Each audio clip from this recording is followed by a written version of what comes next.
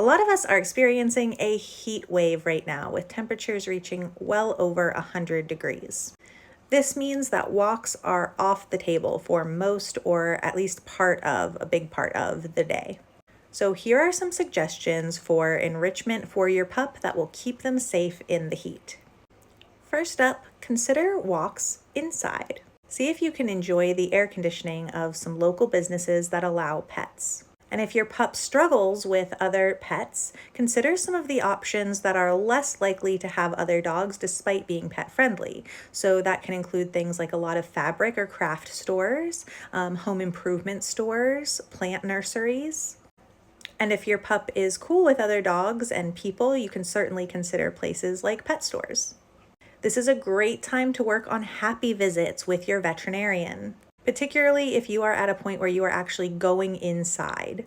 And that might mean actually setting up appointments for happy visits and getting some enrichment that way, or it might just mean asking if you can come and sniff around the lobby at their downtimes.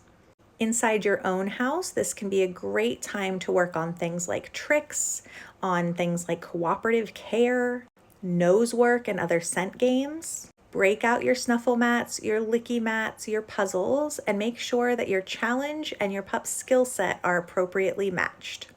On-off switch games are one of my favorite ways to play high arousal games like fetch and tug, and we have a whole playlist on how to play. So you can break out that flirt pole and play some on-off switch games inside of the house. That's going to get your pup some cardio while also building their ability to self-regulate while staying cool. Now can also be a time to work on your personal play and building that as a skill set. You could also do some mimicry with your pup, copying what they do.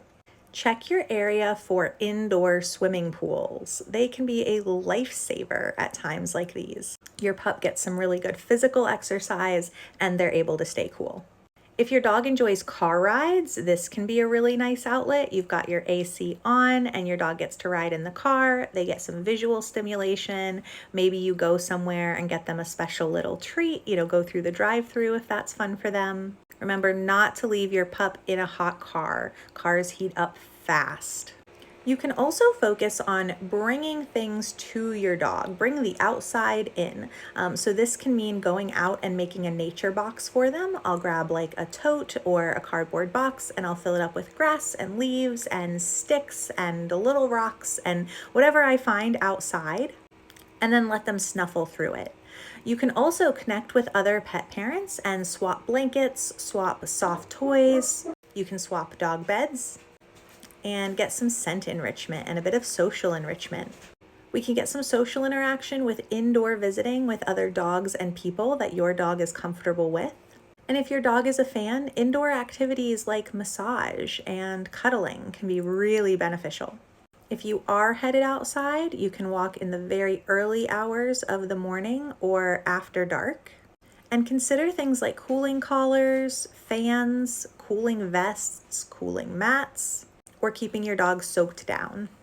Stick to the shade if it's light out, and watch the temperature of the ground that they're walking on. Protect those paw pads. If you are outside, keep it brief and ensure they have access to water while they're outside. If you're using a muzzle while you're outside, make sure that they have plenty of pant room. They should be able to get a full pant in their muzzle. Familiarize yourself with the signs of heat injury and act quickly if you suspect your dog is in trouble.